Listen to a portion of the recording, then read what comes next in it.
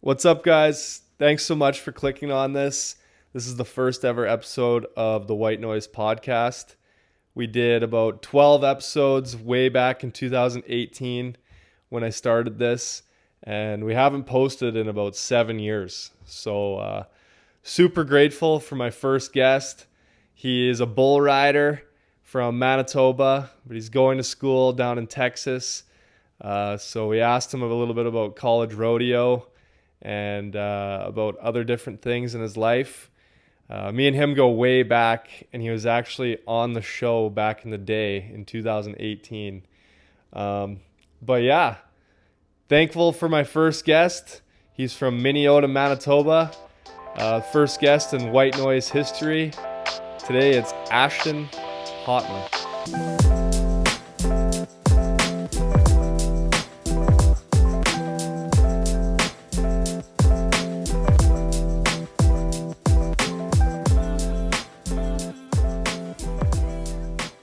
What up, White Noise? Welcome back. We're joined with Ashten Hawtin today.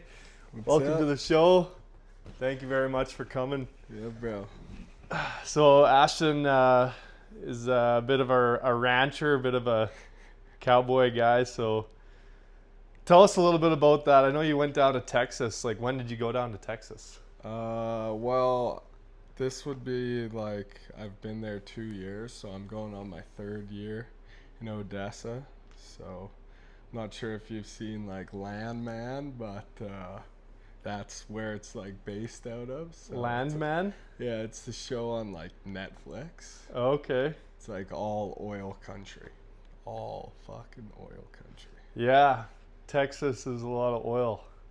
Yeah, man, me and Ashy go way back. I said it kind of briefly on the intro there too, but Ashton was on White Noise way back in the day, and we boxed on the show. And it was pretty like, I can't really remember exactly. It was so long ago now, 7 years ago, but it was pretty exciting. Yeah, And we did it on live, but there was like a lot of people watching at the time. yeah, it's just funny too to think of just like two guys boxing on live. Like, we actually had things going pretty good there for a little bit, but Yeah. I'm kind of yelling. Sorry if I'm yelling into this mic. Yeah, me too. But yeah, so 2 years in Texas. I know that you live with a bunch of Australians and stuff. Like, what's that like? They're wild, man.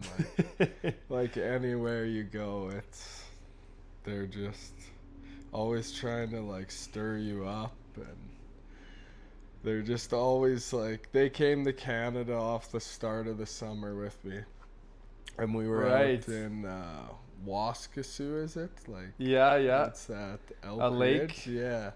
And This like, lake in Saskatchewan, Waskesiu. yeah, it's like a really nice lake, and we had like the truck and the Capri on, and we were like driving around the lake, and like every person that they see, and like they're rolling their windows down, like, you drop something, and they're like looking for With what their the- accent. hey mate, you dropped something. Everybody yell it, yeah.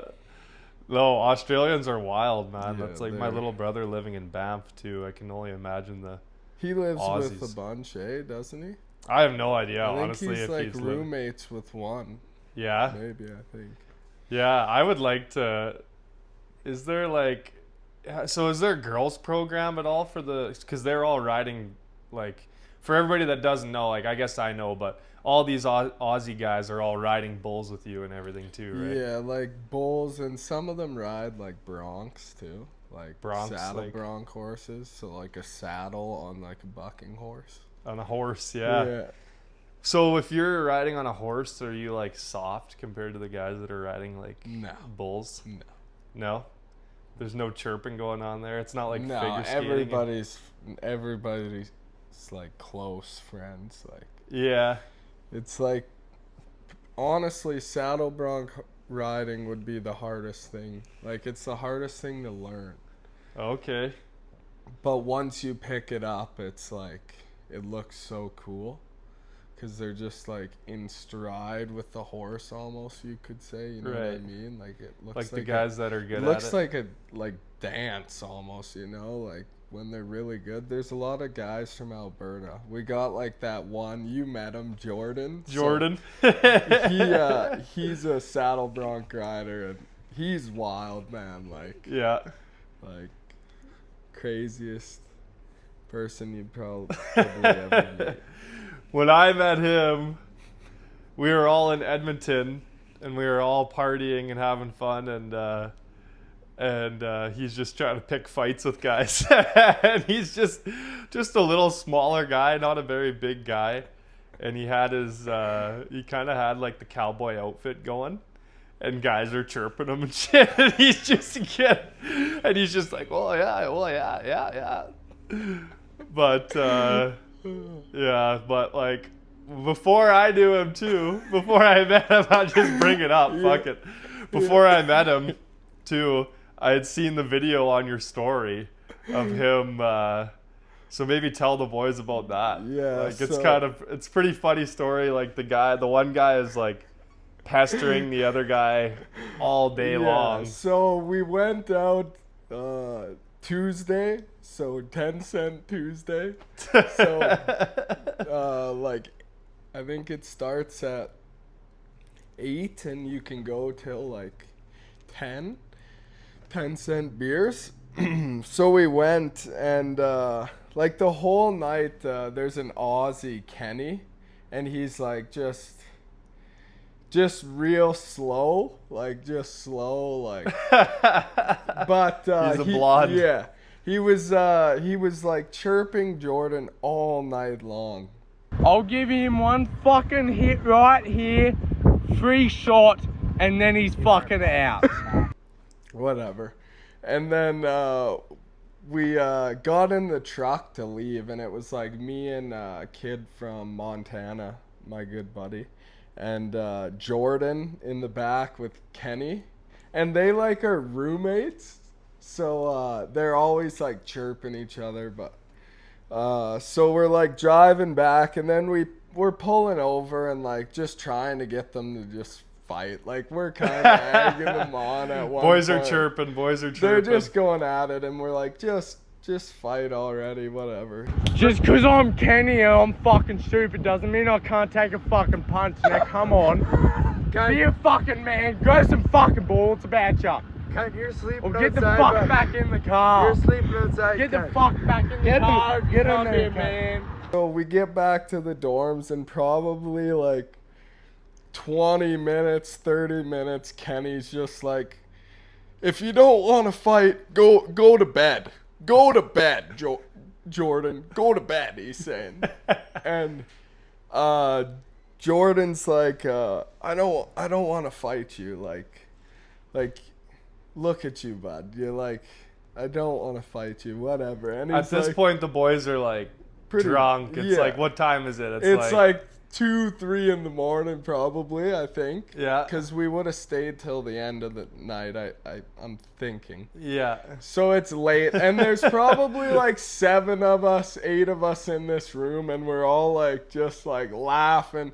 And Kenny's like, hit me. He's like in his face. He's like, hit me, hey, hit me. Hit me. Come on, bud. Hit me. Come on. Hit me. This is when the video starts kicking on. This is when the video starts, and somebody goes, he's right in front of you, Jordan. Hit me. He's right in front of you, Jordan. Hit me. Come on. And Jordan just like, he's like, off the start, you could tell he wasn't going to hit him. And then it got to the point where it's like, holy shit, it's about to come. Come on. Hey. Give him a good tap. Give him a good tap, kid. Oh! And he just cleaned him out, like dropped him. And Jordan was like standing there looking, and he seen that Kenny was about to get up. And frickin' puts him in a chokehold. And at this point, we're all like, well, he was asking for it. Like, and we're all like thinking it's fucking hilarious. And he's like calling them, they're, I don't know if I can say it. They always say like I don't really want to say it. You can beep it out. Yeah. But so Jordan called him. Yeah, that's what they're like. So Jordan's like, fucking You did ask for it. and we're all laughing, like thinking it's hilarious, but we didn't realize like he's really like choking him out, like just wouldn't let go. And then I'm like, okay, like Jordan, let go. And I'm videoing, like I'm like, let go. Hey, let him go. Let him. Let him go. Jordan. Let him go. He's out. And I'm like, he's out. And as soon as like Jordan let go, his face just smoked the ground and just drug across the ground. Oh, Kenny, you know. I got to do that. Just short. Short. Yeah, short. No, you are. Short. My bad. Oh, Hey, Ethan. fucking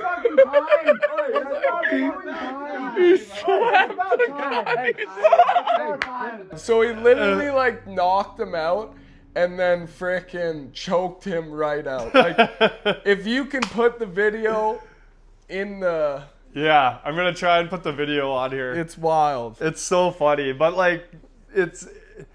You gotta think. When you like think about the fact that he was egging him on all day, all day, they're drinking all day. It's like 3 o'clock in the morning. He's like, hit me. And then finally he just fucking knocks him the fuck out. Yeah. It was so.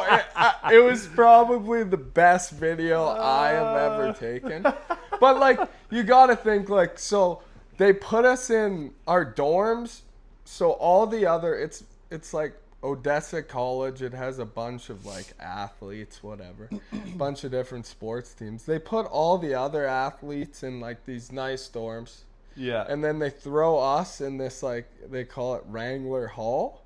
Wrangler Hall. So like you walk up the stairs and it's just literally like a hallway full of like rooms, and it's like 2 guys per room, and it's all the rodeo guys. Nice. So they throw 20 of us in there. Yeah, that sounds and like... they don't... it's fun, but it's like they don't... When we get drunk, like, as much as we don't, like, drink all the time, but it's like when we do, it's, like, pretty bad because there's 20 guys, and it's like 2 guys start drinking a lot, and they're just egging each other on, and then by the end of the night, it's You like, got 20 Australians... No, or maybe like, not 20 Australians. Sorry, like you got 20 Cowboys. 10. More than that, they're pretty big teams. Like we had like 30 guys. Okay. So our first year, like the dorms were complete. My first year, the dorms packed, man. Like it was wild. Like every night somebody was doing something. Like always crazy stuff. Crazy happening. Shit going on all the time. Then, like what was one of the craziest stories from your rookie season? Like, would you call it a rookie season? Your freshman season? Yeah, freshman year. Yeah. What would be your craziest story from your freshman year in Texas? And how old? Because did you skip a year before you went there? And yeah, how like did that I graduated high school, took a year off. And then you also graduated a year later too, right? Like for my age, like I was in 03, but like I started when I went to Ontario, I like got held back or something like that. I don't know. Right. Just because Dad you were was so young too. Yeah. So I honestly like. There's lots of crazy stories my first year because everything's like brand new to me. It's like the first.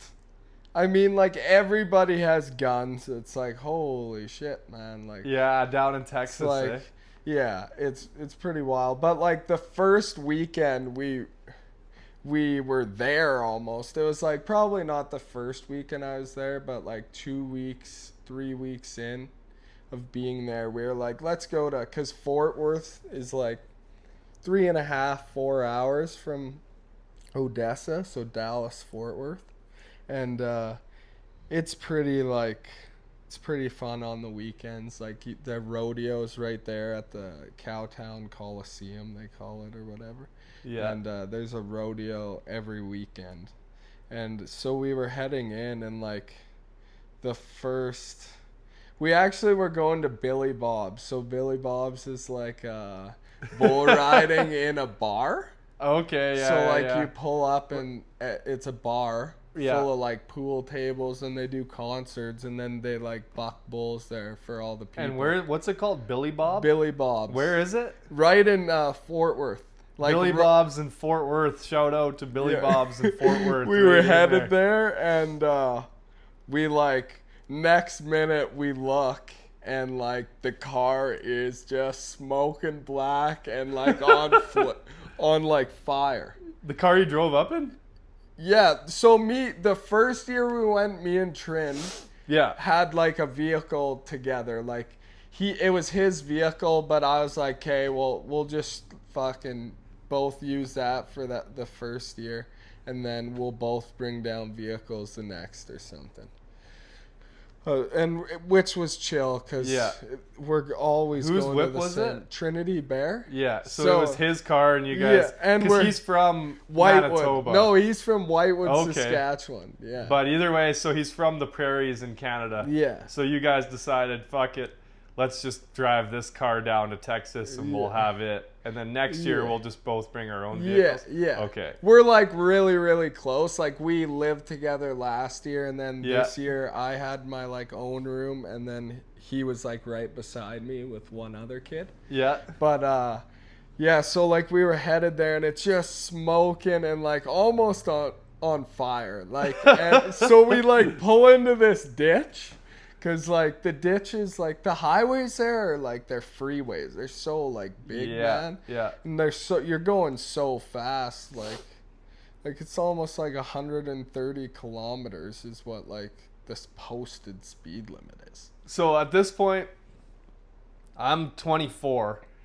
I've been to the States like a dozen times, but every time I go to the States, and sometimes people laugh when I even call it the States, but every time I've been there, it's never been down to Texas yet. So I've always hit like that upper northern area to go play hockey and go play baseball and stuff.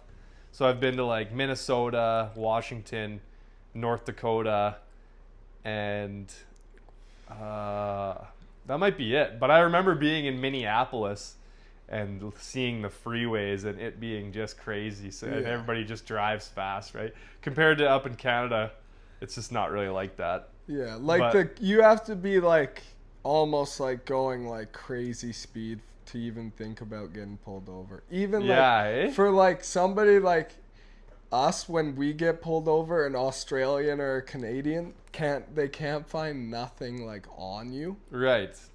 Like absolutely nothing. Like it takes them so long to like search it all up, so they're just like, okay, you're good. Okay. It's nice. Like the one time we were like going to pick up like a case of beer or something, and we were driving Trin's that same vehicle. Yeah. There's a lot of stories about that vehicle. That's a wild vehicle. But so we were driving to pick up a case of beer, and it was like 2 minutes from the college.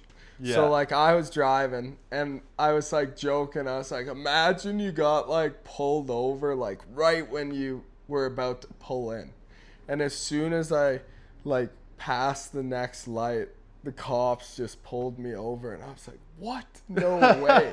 And I was driving without my lights on. Okay. And they're just like, oh, the vehicle has no registration apparently. And I was like, it definitely does. Like you guys, because they always think there's like two pieces. You know how our like registration and insurance is like probably like one piece? Yeah. It's together. Theirs is like two or something like that. They're always confused with it every single time. But they just like got somebody else to hop in the front seat and let us go. Really? Yeah, like it's. They're just fucking like fuck. So anyway, so you're on your way. Is it Billy Bob's? Yeah, we're on You're our on your way way to Billy Bob's. Fort You Worth. and Trin in And Fort Worth. and there's Ben. Ben is an Australian. He's back in Australia now. Okay. Ben Bode. He's wild. He's crazy. And Ethan Marsu. He's from Montana. He's good shit too. He's wild. But yeah, so and Trin was like in the back seat. I don't know if he was getting on or what, but he was like drinking a margarita. And it was Ben Bode was the one driving and whatever. So we pull in and it's so hot there, like just ridiculous hot. Like there's 3 of us in the vehicle with all the doors open. We have all of our shirts And off. is it nighttime or No, the middle of the day? Middle of the day, like early. And we all got our tarps off and Trin's out on the middle of the road. Not on the middle, just on the side. Drinking a margarita, hitchhiking. And some guy came in, picked us up. Oh, boy. Threw all of our bags in. He was like, he was in the military or something. Okay. Did seem a little off, but I don't know. Just wait for this guy to have a fucking flashback and all of a sudden he just goes AWOL on all 4 of you guys. Imagine. Yeah. So, But we got there. He dropped us off. dropped you off at Billy Bob's, eh? I want to go there now. Yeah, you'll have to, man. There's so much going on. Like you go there any weekend and it's big tourist like spot. Like every weekend there's a big rodeo. On Thursday nights there's like a PBR and like That's pretty cool. there's lots of stuff. Like it's always going off and there's like PRs, which is like just kind of it's like a bar that they're all going crazy in and shit. Okay. It's all right. Yeah. So, you mentioned the guns, like, Yeah. is that something that took you by surprise? Like, all of a sudden, wherever you move now, anywhere you're walking around, somebody's basically strapped with a gun. Not really, because like I have friends that like are like strapped too. Like it's I know. not I like just mean like. Oh, the yeah, fact that it's it's a super little- normal. Oh, It's just yeah. Like, did it throw you off when you first moved there? when I Or did you first think it was moved kinda there, cool, I was like- like, oh, this is like all right because like there's nobody like flipping each other off Yeah. Eh? or like honking the horn at you because like they know like probably like that guy. You never know how bad somebody's day has been. Right. You know, like could have You never just had know a who shitty might day. actually pop you. You know. Yeah, there's It's the same thing anywhere, really. especially like, in Odessa. Like it's Yeah. pretty sketchy, man. Like you got to go watch if you haven't watched Landman. Like watch Landman. yeah. It's not like I wouldn't say it's that wild in Odessa, but like it feels that wild because like the population of like Mexicans to like white is like wild. Yeah. Hey. Like you go into Walmart, not one bit of English. Like It's just kind of like right so close to the border, or what? yeah, we're not very far from the border. We're in West Texas. That's the thing about it. Like it's like right down by the border somewhat. I don't know how far exactly we are from the border, but like Alpine is like one of the kids I went to my first year transferred to Alpine, Texas. So same like region. Yeah. They just split the region this year, so it's going to be a bit different, but he goes to Alpine and that's like they're like coming over like the mountains like with their families like From Mexico. yeah, bro. Like Oh. oh yeah, like it's like serious like Yeah. like if you go on their Facebook page, it's all like illegal. They call them illegal aliens, Yeah. and they like it's just pictures of them either like sneaking across on foot trying to make it somewhere, or like stuffed in like a back of a truck. And It's like, kind of crazy to think that they must be. You know what? There must be some sort of situation that they're running from, that they gotta come to America, and they're that desperate that they're gonna be homeless when they come, with their whole family, no job, no nothing, right? Like There must be something, right? So it's like, if you're doing that, it just makes me think, like, first of all, A, like, it stinks that they have to do that, but B, it's like, it stinks that, you know, those states that are down there have to kind of deal with stuff like that, where there's people kind of showing up there. It's like sad, but then again, it's like, it's just hard because you can't have like everybody coming in, obviously, because like there's a lot of like criminals that do come in. Like, but that's then what again, I mean. Like, you see like people that have like a mother with like 2 children, and it's like, like, get as her much job, as like it's so hard to like be like, you know, it's like, you know, somehow help the poor lady out where like she doesn't have to go back, because obviously she's running from something, like, or whether she's running from something or chasing a new life, right? Like, that's where, to me, it's like immigration is it's cool, like, because like moving somewhere and being, but at the same time, like, when it's like, oh, if I'm in Mexico, I'm going to be in jail, so I have to leave. Obviously, those types of folks, you don't want to be bringing them in. 100%. But at the same time, we're so far from there. But I guess you aren't, you know. I guess you pretty much live there, so. But yeah, it's definitely something that's different than here, right? Like, there's a lot, you know. Yeah. But living in Texas, what's the food like for you when you go to a restaurant? And like, to me, that piques my interest a lot. I want to go to a restaurant or two there, or a dozen. There's some, like, if you go to, like, obviously, so Amarillo, so like George Strait, you've heard this song about Amarillo. It was like Amarillo by morning. Yeah, so the first time I went to Amarillo was with my mom. Yeah. And we pulled in and we just quickly booked a hotel room for the night. Just fast. And it was like $100 or something. And I was like, oh, it shouldn't be too bad. And we pulled up. It was just sketchy. No, it was actually my mom, dad, Addison. Maybe Peyton too. I don't even remember. Your siblings? Yeah, I think so. We stopped there and because your brother is rodeoing too. Yeah, he was rodeoing for Odessa the last 2 years also. But he wasn't. So the first year we both lived in Odessa in the dorms, which was like, it was good. Like, I don't know if he enjoyed it as much as I did, just because like it's a bunch of like Australians always like just going crazy.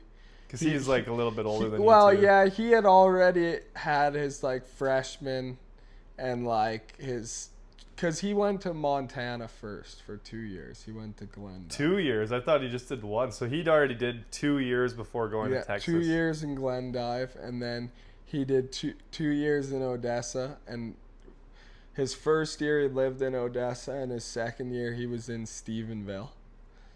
Lived in Stephenville. And then this year Stephenville is in Texas? Yeah, so it's like closer to like Fort Worth. Okay. So, like, it's, like, probably only, like, an hour and a half from Dallas. I'm going to check and see if we're recording still here. Yeah. Everything's all good. Yeah. So, yeah. So he lives, like, 3 hours. Like, Stephenville's, like pretty fun. They got the last college rodeo this year, and like it's always a good time.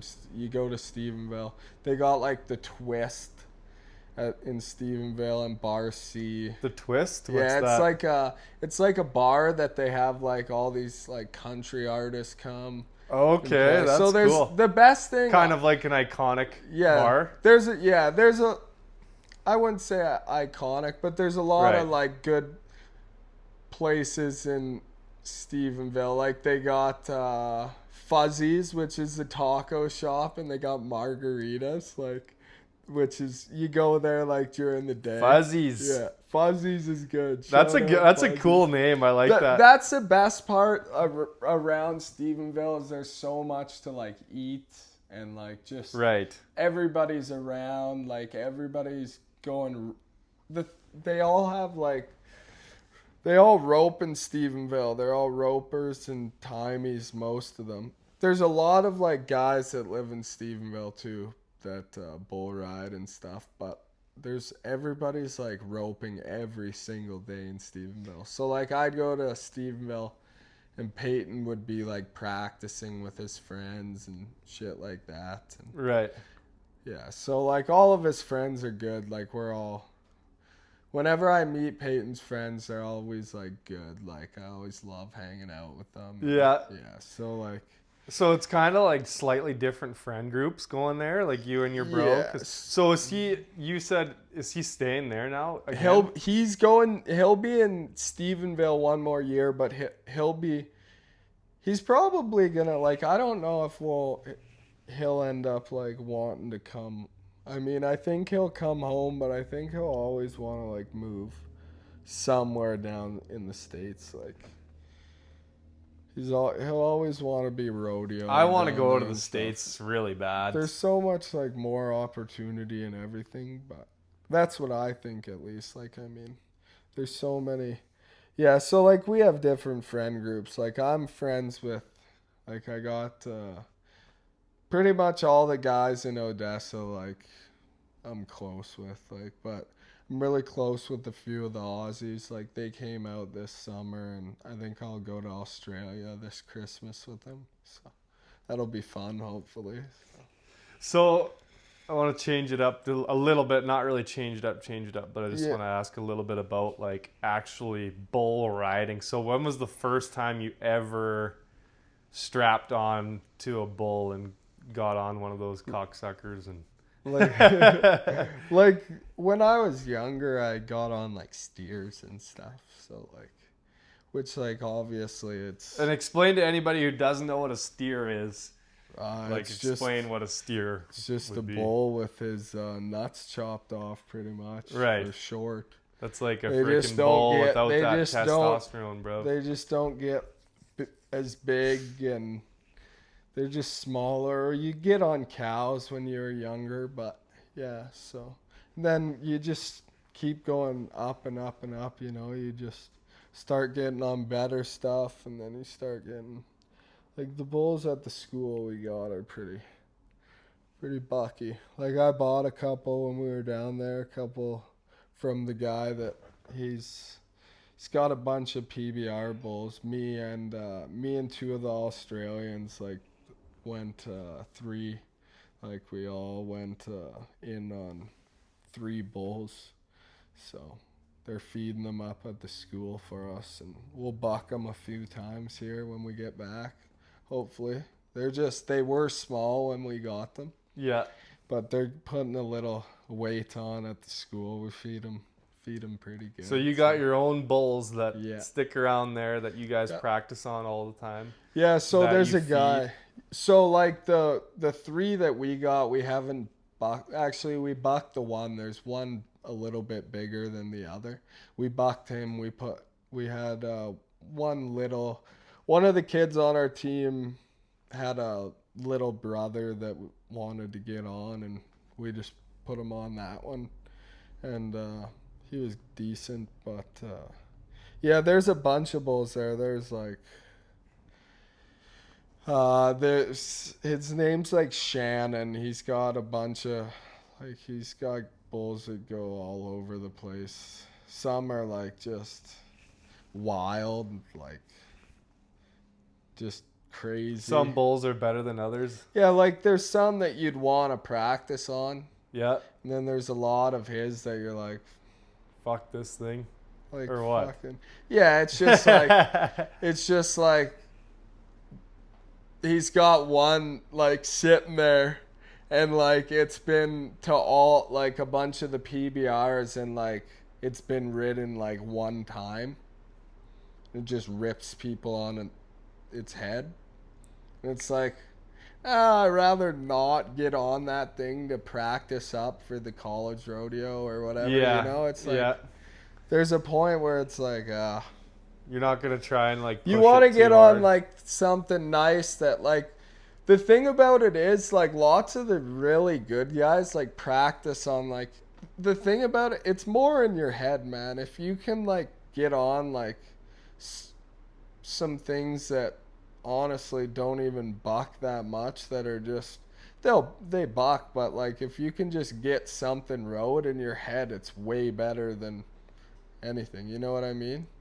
Yeah. Like if you can, it's all in your head. It's all mental. Like if you can like mentally just get on there and like know that you can like visualize an 8-second run, then you can probably, chances are higher than if you're going to be scared going into hopping onto it. Yeah. Like obviously people are like, are you scared? Yeah. Always. And it's like, obviously you got fucking You got to know. Obviously you got nerves. Like, you know what you're doing is like, yeah, this thing could like fuck you up. You know? Yeah. But it's like, you can't freaking, you got to use that to your advantage. You got to use the nerves like good. And it's hard to do sometimes, man.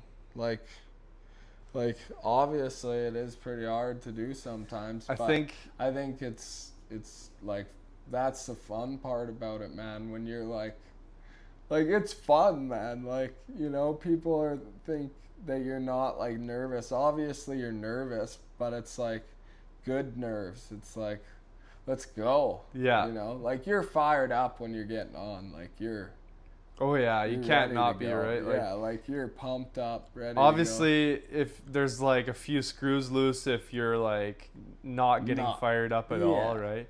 I think you over time would be getting more and more and more comfortable, and then you're in your flow state, right? It's like the guys who play in their first NHL game. I'm sure playing in front of a crowd like that, or even having that feeling, like by that point you've probably played in front of huge crowds, but that feeling of like, holy shit, like, you know, and eventually you know that feeling doesn't wear off, but you get used to it, more and more used to it, especially once you become more and more of a veteran. I'm guessing like the 15-year guys who have been at Calgary Stampede for, you know, 15 years in a row, I'm guessing they still get that feeling like, you know, they're strapping that cocksucker down, and then but you know they've been there so many times, right? 100%. Yeah, and that's where that practice comes in too. Yeah. So I'm guessing even the best bull riders are probably practicing their mentalities a lot too. 100, yeah, like sports.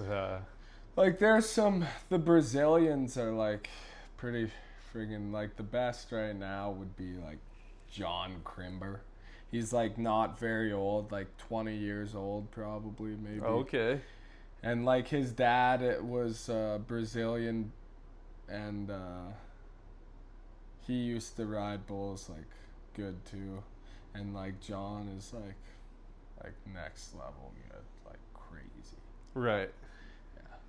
Yeah, like I think riding the bulls, man. But there's so many good guys. So what's the, like we asked to talk about kind of the nerves that come from it. What's the worst injury?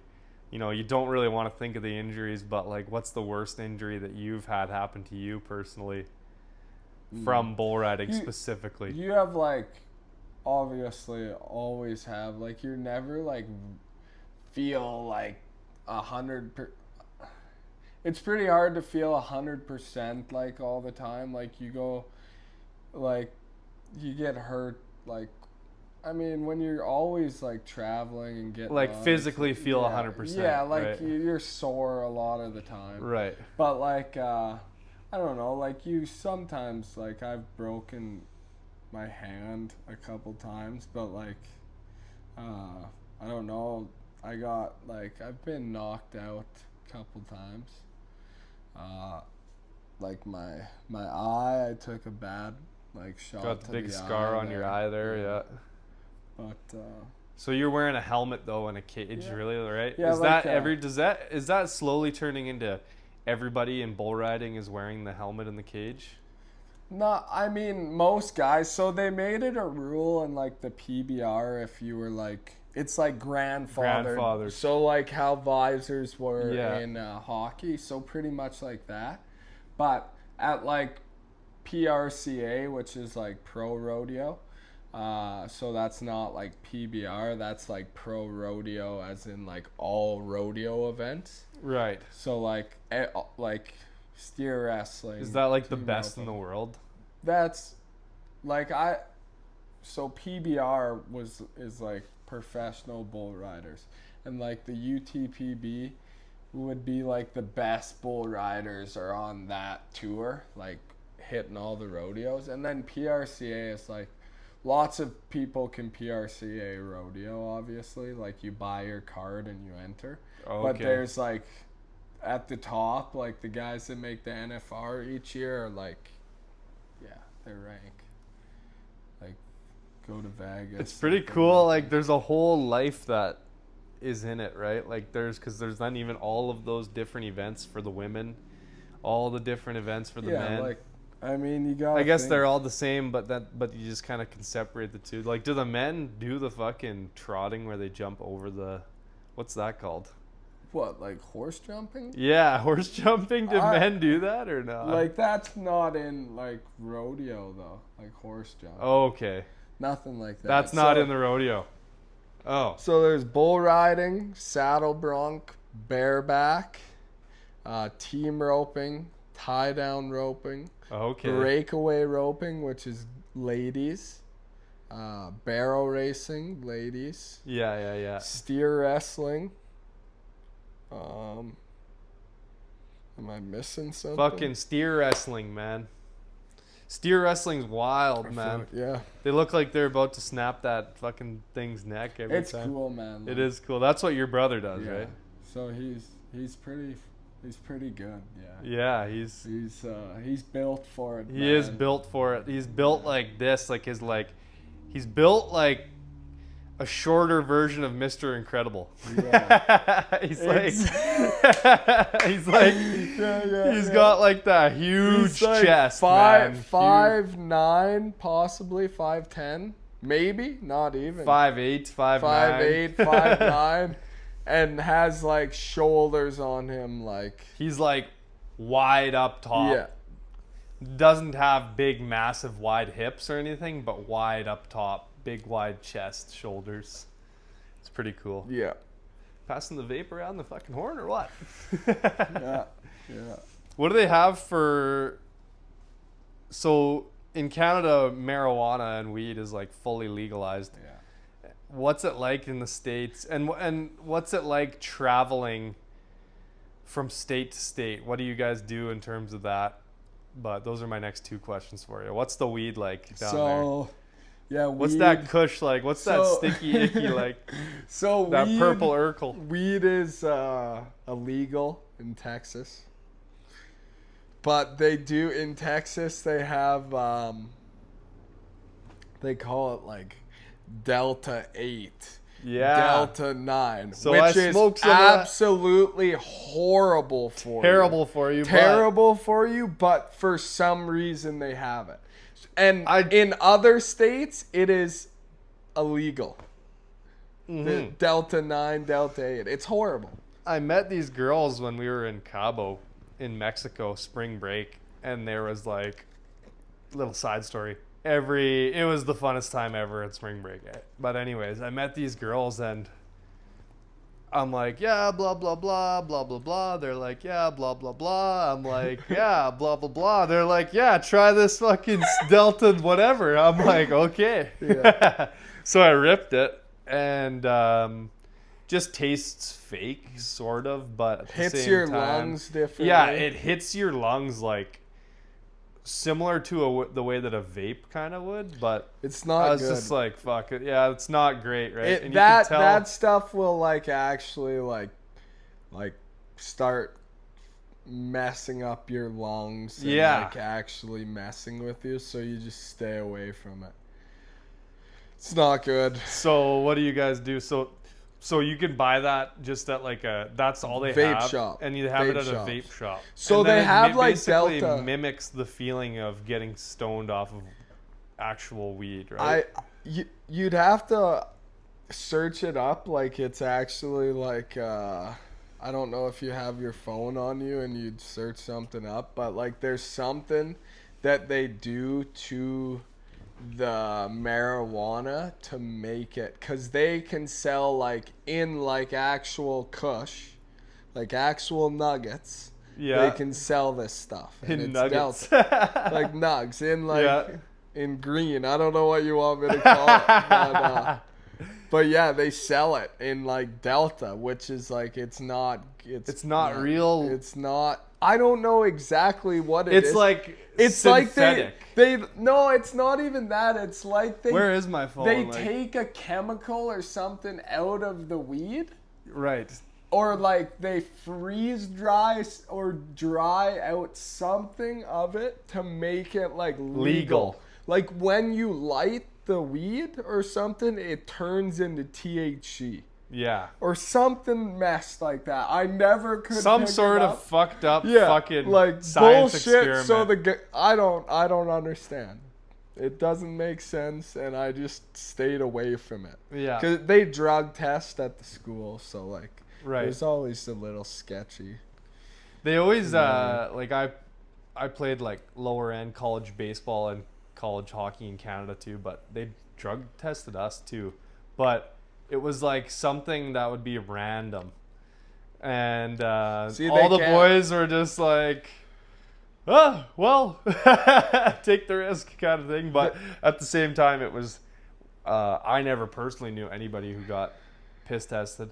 I knew about guys when I was playing junior hockey that had gotten piss tested and failed for like weed and stuff. But don't they get a warning in junior hockey? So I can't remember how the rule worked in junior, but I remember that it was like not a very crazy suspension and not like a bad, but horrible thing. It was under the performance enhancer for a long time. So yeah, because that's before it was like legalized, probably. There was probably a lot like more. The whole they time could I do. played junior, it was fully legalized. Yeah, fully. All across Canada. So like, what year was it legalized? I'm trying to think. I want to say that it got legalized in 2018 in Canada.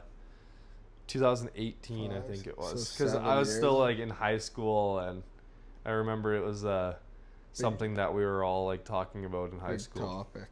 Yeah, but it was cool. It was like interesting. I always think that it'd be funny to see what they could actually show us with the amount of money that they're getting from it. If that makes sense, like they're like, oh, well, yeah, we'll start doing this because then we'll be able to collect tax dollars on it. It's not really harming anybody, and we're going to be able to make money off of it. That's why that's their exact That's the logic, thought. right? Like, So- why are we not legalizing this and making it so we're selling it legally? Like, we have VLTs to pull in money here in Canada. Yeah, like the government everywhere. has, in the lottery, the government has a share in that shit. Don't you know So what I mean? Like, there's the percentage of every time you sell every single time you would buy weed before it was legal, you're paying cash. Every single time you buy weed now, for the most part, if you buy it legally, it's all, it's getting taxed. So I would love to see where those tax dollars go. It'd be so interesting, like, not to get political, but like thinking of like those types of things. It'd be so cool to see. It's like, oh yeah, like this is where all the money from the fucking Pineapple Express that we had there, over there, yeah. They're like, all that God's green crack there, that we sold that and we built 3 play structures over in Saskatoon. Like, you know what I mean? It'd be so funny. Well, we had some Bubba Kush and we sold like 55 pounds of it. All the tax dollars to that Bubba Kush, we all the school divisions in all of BC got new basketballs this year. So stuff like that I think would be interesting, but obviously we don't do that stuff. Obviously the government's not going to actually show where the tax money's going, but it'd be interesting if that was something. that would be funny. Yeah. That'd be cool to see. Or if they did it all towards things that stoners would like, like, oh, they put all the tax money towards a new fast food restaurant. You know what I mean? Yeah. a fucking Raising Cane's here up in Canada. But anyways, so let's talk about a little bit about growing up. Me and Ashton grew up, like not grew up together, but basically grew up together in a sense, Yeah. like same town, same everything, right? So growing up, Ashton's dad was always the guy who, he was in the military, you know, so he was fighting over in Afghanistan. What was that like growing up, having a dad in the military and kind of, you know? Yeah, it was tough at times, obviously, like him being away, but I had like grandma was a big part, my uncle, my mom's brother was always a big part. Like the family was good, like. But yeah, it was tough when he was away. Yeah, sometimes you didn't know where he was. Like there was a few times where we were like thinking he's in like Ontario when he's actually in like Afghanistan, which like, I mean, It's crazy to it's think. like, damn, man, like it's like holy. It's like hard to think about. Like Yeah. it's like thinking that he's like in like just chilling in Ontario, but really he's like over in Afghanistan. It's pretty wild. Yeah, it's But, like, oh, like- my dad, he's over in basic training there in Ontario, and then in Yeah. reality, he's just fucking. No, I'm just fucking around. But that's pretty crazy to think, right? Yeah. Like, Yeah, I mean, like, it was like, so, like, we grew up, like, when I was real young, I can remember being in, like, Brandon, Manitoba, living there for, like, a year or two. Grandma had the farm, like, back in Minnesota, so that was, like, something we'd always go back and forth to. Like, we'd go and live with Grandma at the farm because Right. there was place, like, we stayed there, like, lots with Grandma, like, lived Yeah. there. And then there was times, and you guys like, were in Brandon because the military base is in Shiloh, yeah, right? so mom and dad, and when Peyton was actually a kid, like I wasn't born yet, they lived in Shiloh, like right on the base. And then it was like we had a place in Brandon, and then it was like at the farm we were living. And then we were like, when I was a bit older, it was like Ontario. Moved to Ontario. So like there was a summer where it was just me, Peyton, and Dad in Ontario. Okay. So and then Addison, Mom, and Grandma in Minnesota. So like that was all right. Like obviously like it was just something different. Like Mom and because Addie was at school in Minnesota. There was one year where And Addison Addie, is your little sister, Yeah, just so everybody yeah. knows, right? my little But yeah. sister. Yeah, so like there was a year where she did school in like Minnesota and we were in Ontario and stuff. So like I got to play like on like a few cool hockey teams in Ontario. We played on like the military like base team. So that's kind of cool, yeah. So like it was like Fort Henry. So in Kingston there's like a big fort. They call it Fort Henry. Right. And it's actually like they say it's like it's haunted. So if you search like Fort Henry, like ghost, I don't know what TV shows go there, but there's like a bunch of like haunted.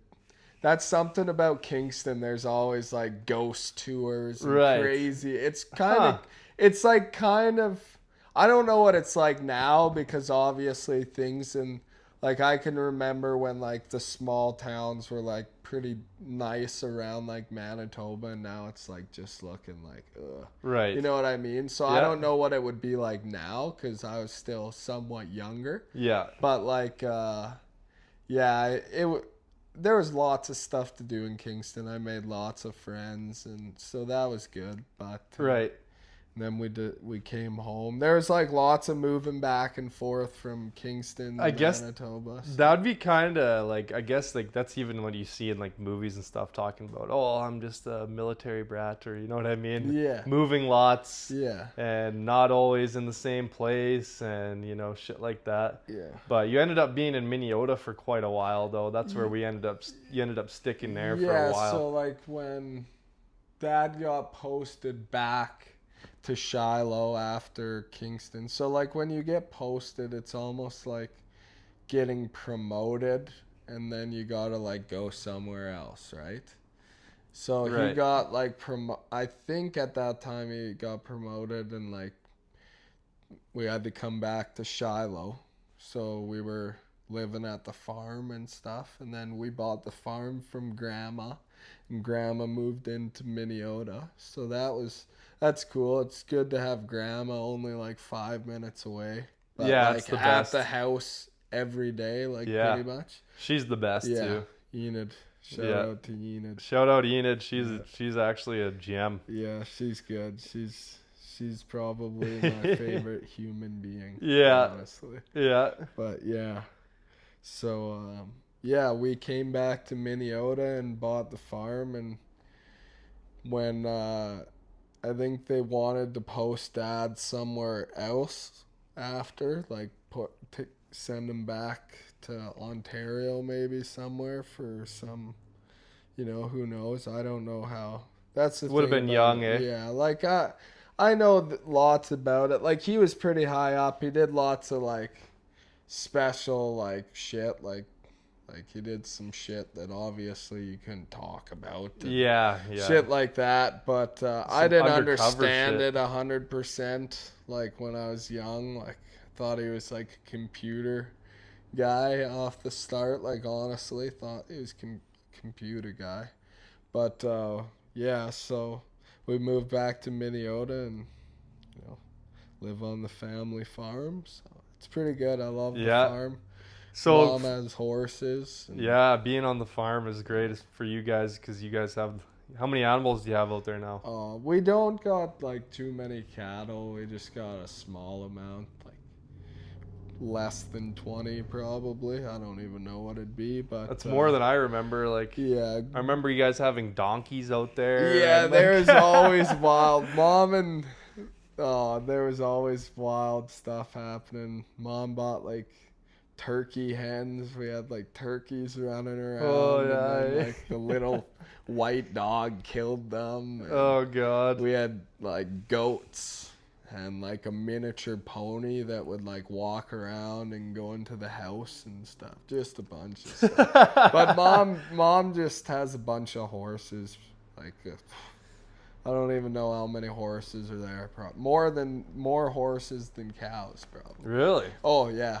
She just young ones though, like just little ones that were just born, even few just little ones that were just born at the farm, and then a few younger ones like 1-year-olds, 2-year-olds.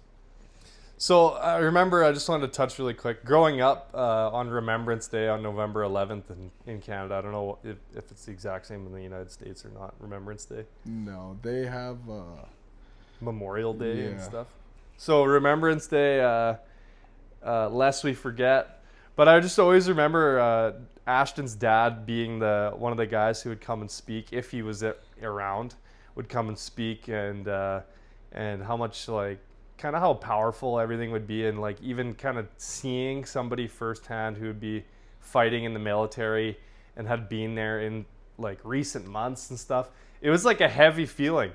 And then same thing with high school. And I remember him coming, and do you remember that when he came so he came and did a Remembrance Day speech or whatever and talked to everybody, and then he's like, yeah, if there's any questions for anybody, and this one girl in our school, a younger girl, just puts her hand up, and he's like, yeah, you over there, and she's like, yeah, have you ever killed anybody? and then he's like, yeah, like I'm not gonna answer that question.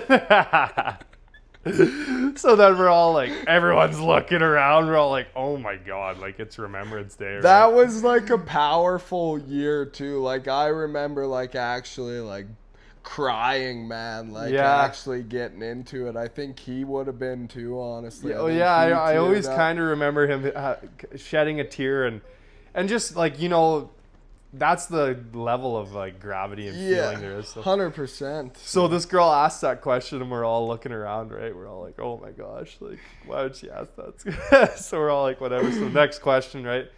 How long have you been serving? And he answers, and he served for a long time, right? I don't know the exact amount of time, but served for a long time. So then this girl again puts her hand up again, and we're all like, "Oh God!" Like, she puts her hand up, and she asks the question. John's like, yeah. And she's like, have any of your close friends died? And we're all like, holy fuck. Like, why are you fucking asking these questions? I just remember, and he's just like, yes.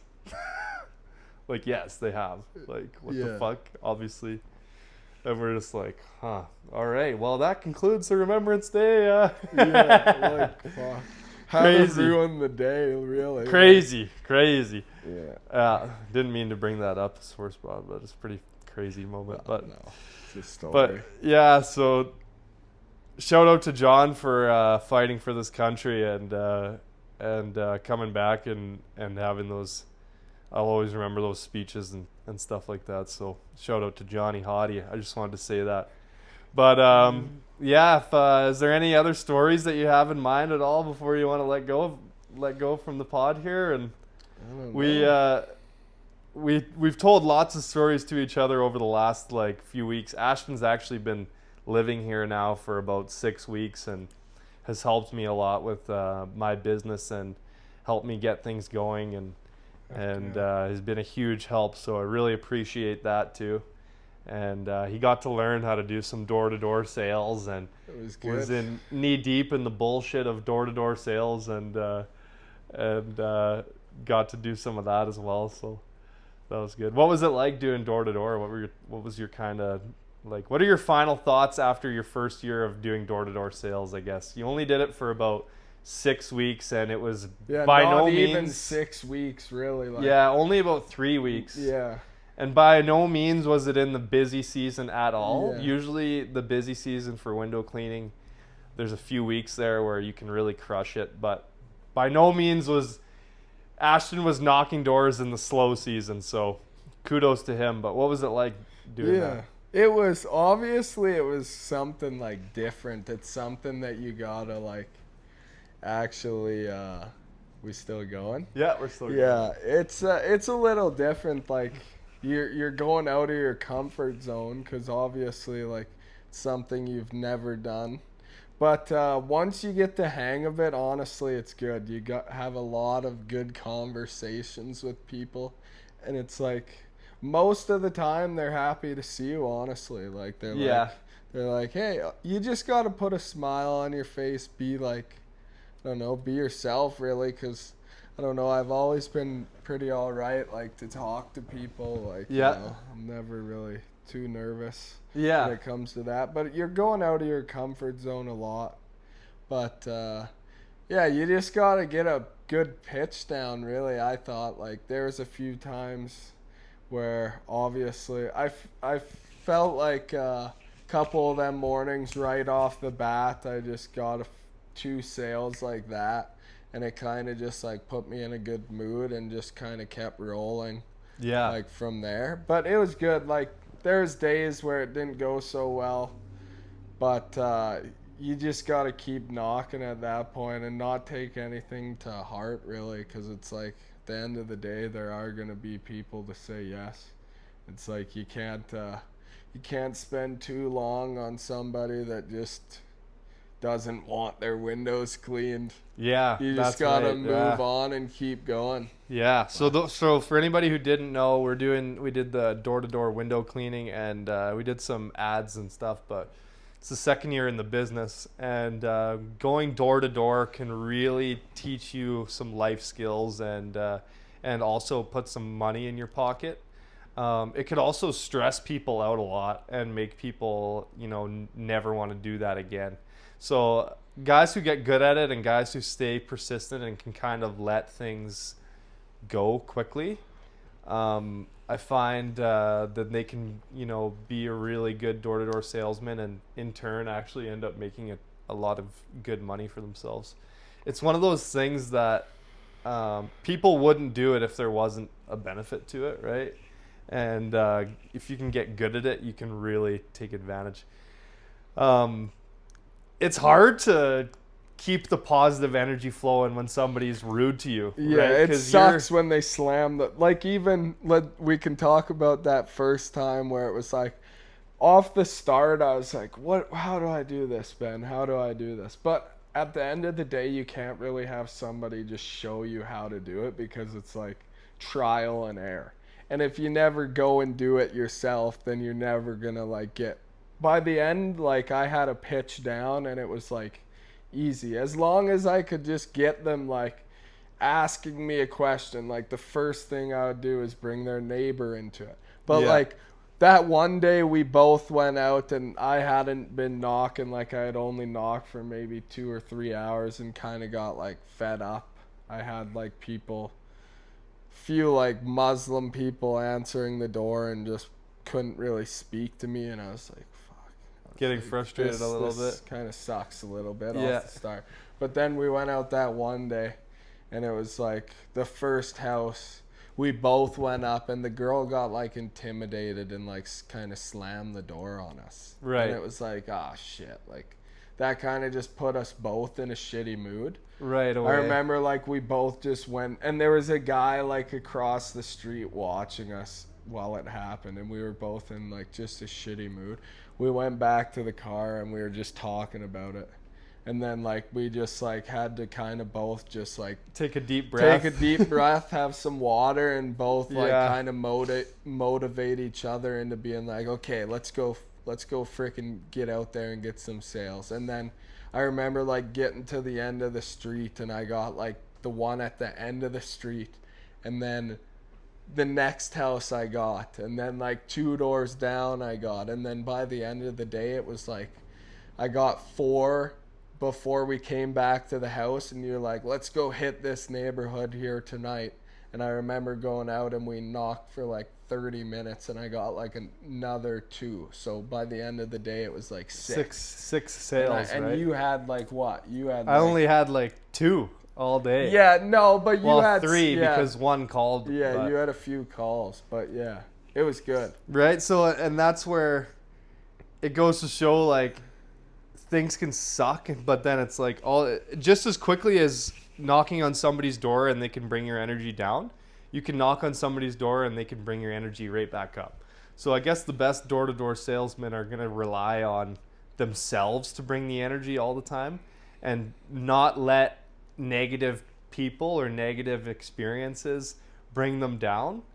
The best guys in business and life in anything, I think, are the guys who can kind of bounce back quickly, right? Those are the kinds of guys that can have like a detrimental thing happen to them, but they can show up to work, kind of the next day. And yes, it's hurting them, and yes, things suck, but you're still able to show up. And I think that's kind of another thing that door-to-door sales is going to teach you and going to show people, like, when you're doing it is not giving up is going to end up paying off. Yeah. So if you can just keep pushing forward and not let things bug you, then eventually you can kind of push past the bullshit and push past that barrier.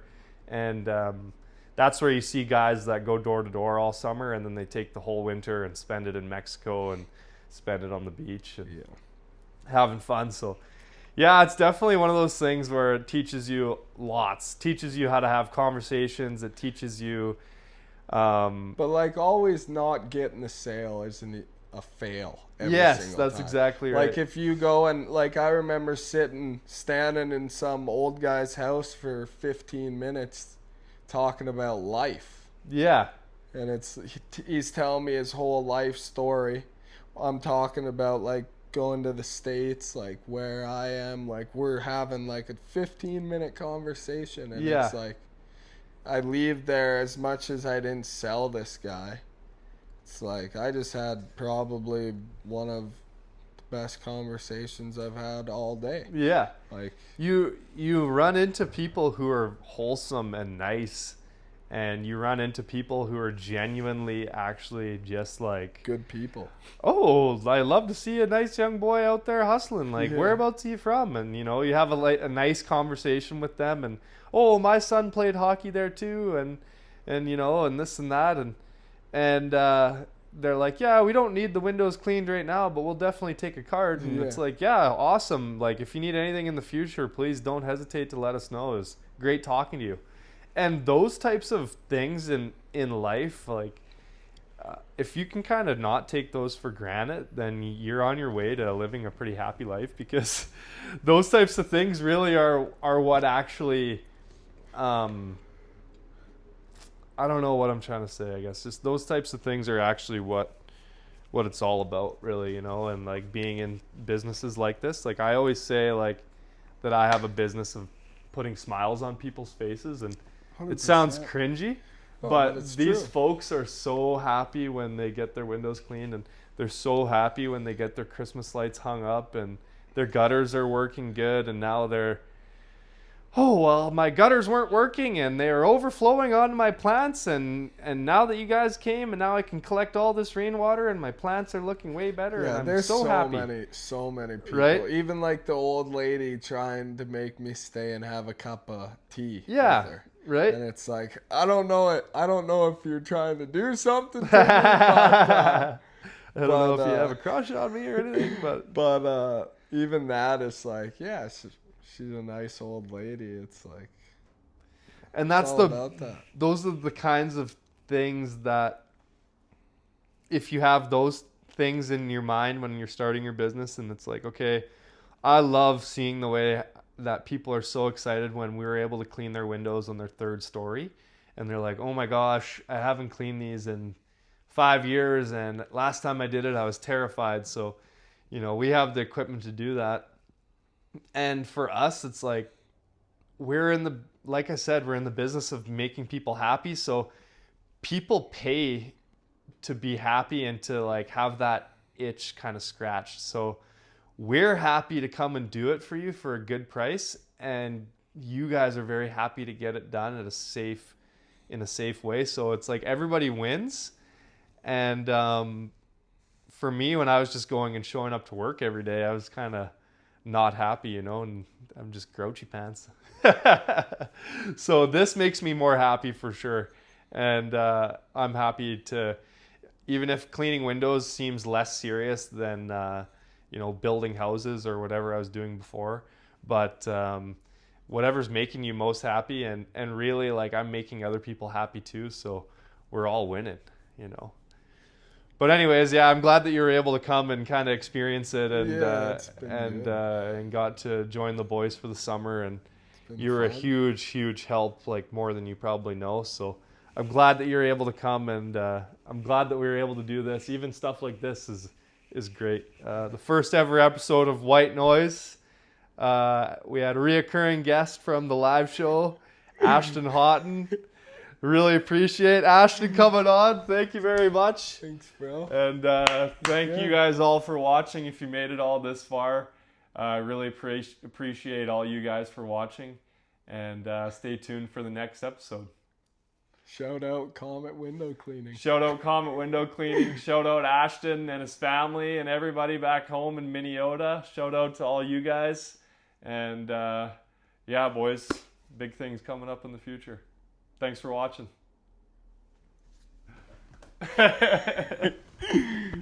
Let's go.